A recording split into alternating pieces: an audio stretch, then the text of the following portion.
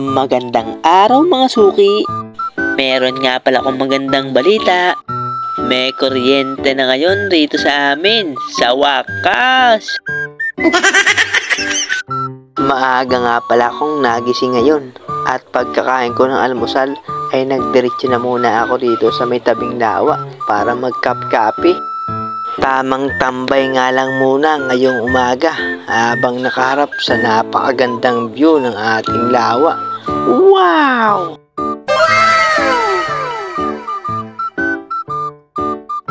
At pagkatapos ko ngang magkape ay dumiretso na muna ako sa aming munting tinrahan para silipin kung bukas na. At yun, tamang-tama naman at bukas na. Kaya sinimulan ko na rin na magluto ng mga paninda.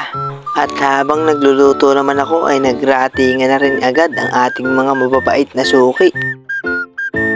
1 hour later.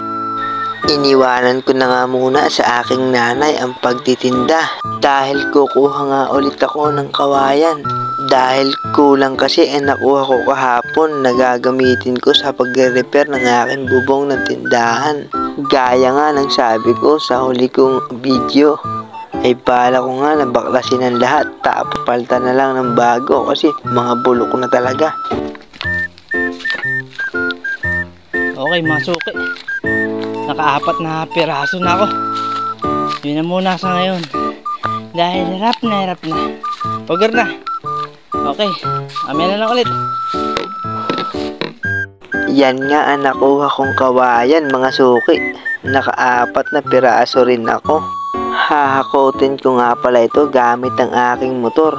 Bale, itatali ko nga lang ito sa likod tapos papaandarin ko. At siya, napakagaan ang trabaho.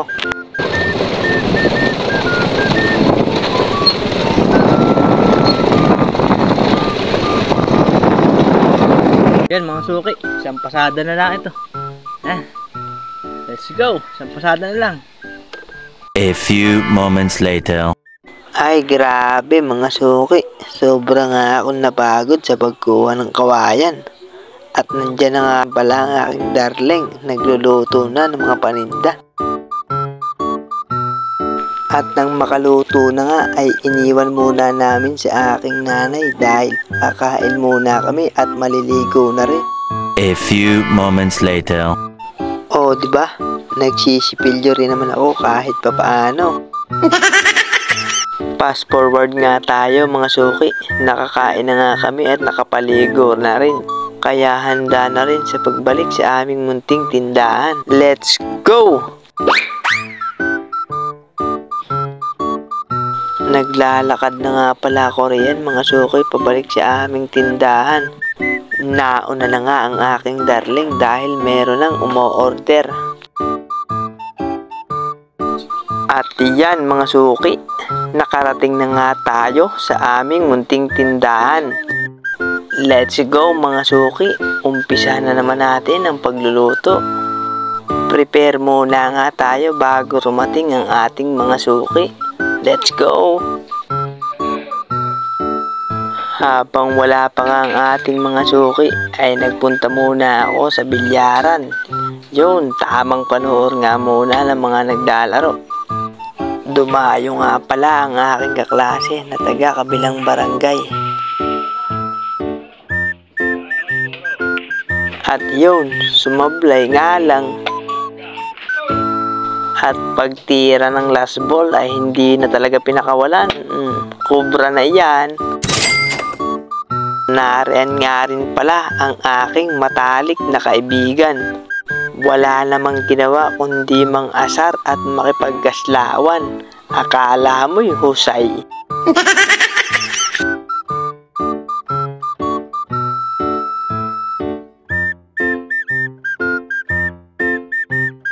A few moments later. At papagabi na nga pala ulit mga suki. Hindi ko na nakuhanan ng video ang mga kaganapan kanina. At dahil ubos na rin ang aming mga paninda, ay naisipan na rin naming magdarling na magsarado na. Para rin naman maagap kaming makapagpahinga. At siya nga pala, Valentine's Day nga pala ngayon. Matatapos na ang araw ay wala pa rin kaming ganap. Hay, buhay! Pero okay lang, marami pa namang araw at pagkakataon. At ang lagi ngang sinasabi ng aking darling, ang mahalaga ay siya ay sanay na. Oh, paano mga suki? Hahabol pa nga kami sa Valentine's Day. Bahala na kung ano mangyayari. Hanggang dito na lang muna. Bye-bye, bye-bye, bye-bye.